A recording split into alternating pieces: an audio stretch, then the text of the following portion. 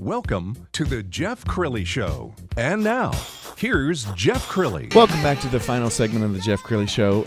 Longtime friend of my family, Lacy Ball, Lacy Ball, I apologize. That's okay. Happens all the time.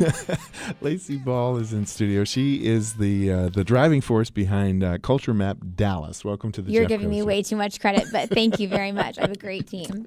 Okay, so for those who haven't heard of Culture Map, and I can't imagine you haven't heard of Culture Map. I mean, it really is the go-to source for news, especially for millennials. Describe it. Yeah, we like to think so. So we are a digital news outlet. We provide daily insider intel to all of our readers every single day, bringing you the latest and greatest on anything that's restaurant-related, fashion, design, travel, innovation, kind of anything that's buzzworthy and relevant to our audience, which is mainly young professionals about 25 to 40. But obviously we have, our audience is very broad. Absolutely. But that's kind of our main demographic as far as the age-wise goes. What's the history of the company? Where did Culture Map start? Yeah, we were actually founded in Houston. So we are Texas-based. We have 5 different markets. We're in, obviously, Dallas, Austin, San Antonio, Fort Worth, and San Antonio.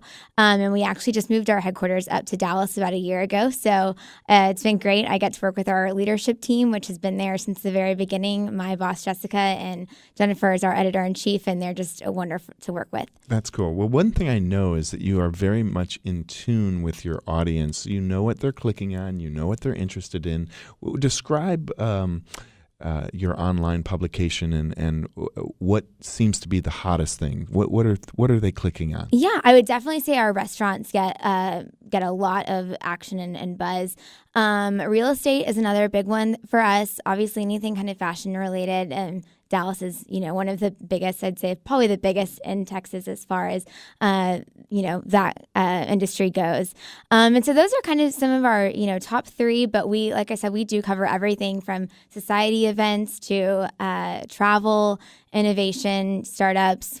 I love that Dallas is becoming such a big, as you know, since you've had 2 guests on today, Sure. Such a big city for entrepreneurship. So we really love to support those guys as well.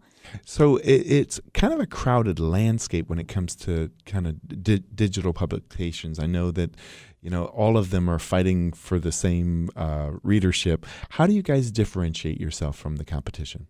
I think a lot of it is just our style and kind of how we relate to our audience, and just kind of the way that we are able to editorialize and make it very relative, like something that you would talk to your best friend about, or your mom, or anything else. I think we are just a very relatable source. I think that we deliver it and package it in a way that's fun, but also authoritative and informational, and also just the content that we cover. And like you said, we do pride ourselves in being very in tune with our readers and our audience. So hopefully we're able to, maintain that and grow it.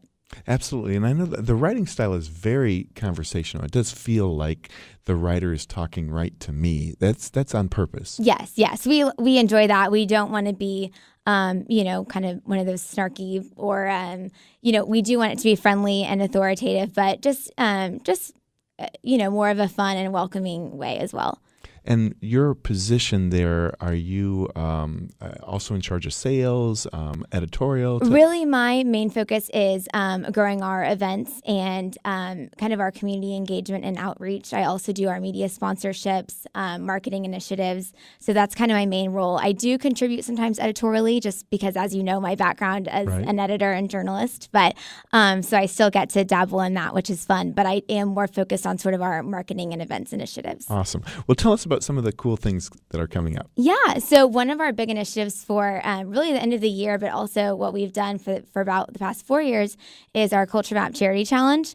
Obviously, community engagement and support is something that we are really focused on, and we love to give back. And because our readership is so young, and we really cater to those industry leaders that are the millennials, so many of them are so involved in so many incredible organizations around Dallas and really in all of our markets. And so Charity Challenge has become a signature program that's just gotten a lot of traction with our young adults. Okay, tell us how it works. Yeah. So for 10 days in December, it'll launch actually this coming Wednesday. It'll be an online voting poll with 12 young professional groups and the charities that they represent. So it'll kind of be the battle of some of our signature and partner YP groups. And so we're really excited to launch that. It's going to be for 10 days. And then the grand prize is for whoever the general public selects to be our featured charity partner for 2017. And that'll also come with a $10,000 customized advertising package that Culture Map will provide. And how many years have you been doing this? This is our 4th year. 4th years. Mm-hmm. Does the competition get pretty fierce? I think so. We've really had a lot of traffic, and I think one of the things that we really wanted to focus on for this year is the young professionals groups. They do so much for our community and for their respective charities, but typically they're campaigning for their charities. They don't really get a platform to promote their own groups themselves and recruit. So we really wanted to give them that platform. And since they're our audience and they're our voters anyway, then why not just let them leverage, their own group? And so we really chose our young professionals groups based on what they've done in the community, kind of new opportunities for engagement. And so we have 12 this year. I think it's going to be awesome. Everyone is very excited to be involved. Okay, so beyond that, looking into 2017, what are some other events that you have coming up that people should be thinking about? Yeah, so Tastemakers is one of our signature events. It's going to be in the spring, and it's actually going to be in April this year. And so it's our Tastemaker Awards, and that's one of our signature events. We bring our leading chefs, bartenders from all over, from Dallas, but from restaurants all over, and it is always sold out every single year. So that's a really exciting one that we have coming up in the spring. I think that's awesome. Your plate is probably always filled, isn't it? As soon as you get done with one event and say, it's on to the next. Yeah. We also have a big Super Bowl party coming up in Houston.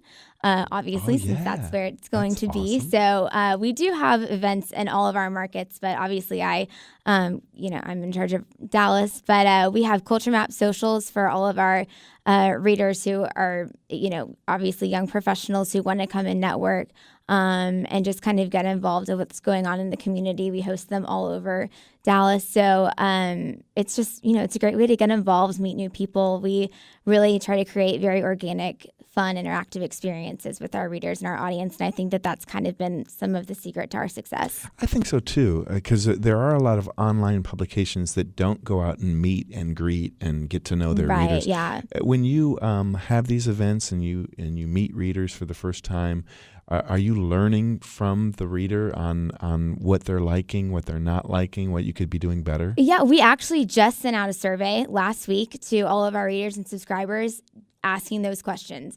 What do you like about Culture Map? Have you ever visited a restaurant after reading about it on Culture Map? Have you ever visited a shop? I mean, it's very, we want to know what they're clicking on and what they like and what they don't. And so, that's the best way that we can cater to them and make sure that we are giving them the content that they want. When I first got off the plane, because I was interviewing for a job at Fox 4 in 92, the news director picked me up from the airport and he says, 2 things you need to know, Crilley: eating and shopping. That describes Dallas-Fort Worth. And that even back then. Even back then. Hasn't changed much. It hasn't really, has it? Really? No, it really hasn't. I mean, I think that Dallas has been very fortunate as far as a city that's been booming. I think we've been booming for a long time. I don't feel like we felt the recession as much as some of our other cities, really in Texas or nationwide. And I think that the economy here has just been fantastic. And obviously the real estate market is still going strong. And so, we obviously have a lot of content and things to work with and cover. And so it's just, kind of up to us to sift through that and see what's relevant and see what our readers love. One of the things that has to be a challenge for you is covering the shops and the restaurants that are interesting to your readers, because you've got different communities. I mean, you've got folks that are living and working in Collin County and Plano and Frisco who never get down to Dallas. Yes. And then you've got people who live and work in Dallas and never get up to Frisco. Absolutely, you're right. And we really pride ourselves on really localizing everything. Everything that you're going to read, or most things that you're going to read, are very localized to the different areas and the demographics that we cover. So you're not going to be reading about a ton of new chains that are opening up or a ton of new stores that you could find in the mall. I think that Culture Map audience really appreciates more of a curated story. And so I think that that's really kind of another differentiator for us as well. We don't just report on the news that is going to be broadcast everywhere. We really try to localize it to make sure that our readers are getting the most proximate information that they can for where they are. So in terms of your competition, do you view things like the Dallas Morning News, are they a competitor of yours? I think really any media outlet who covers similar things that we cover would be considered competition. Obviously, things like D Magazine or Paper City, obviously great publications, but they are publications, they're print, and they do have an online presence, but we are only online. So we are bringing you fresh content every single day, multiple times a day. We're interacting with you on social media. We're sending you insider news via our email subscriber list. And so it really is all the time, constant, 24/7 news. That's awesome. And I'm always liking to ask people who are in, advertising supported spaces what the economy is doing, because you can often tell whether the economy is good or bad based on whether or not people are advertising. What does the future look like 2017 for you guys? We're actually working on that now, and we're getting our media kit together based on some of the numbers that we got and the feedback from our reader survey.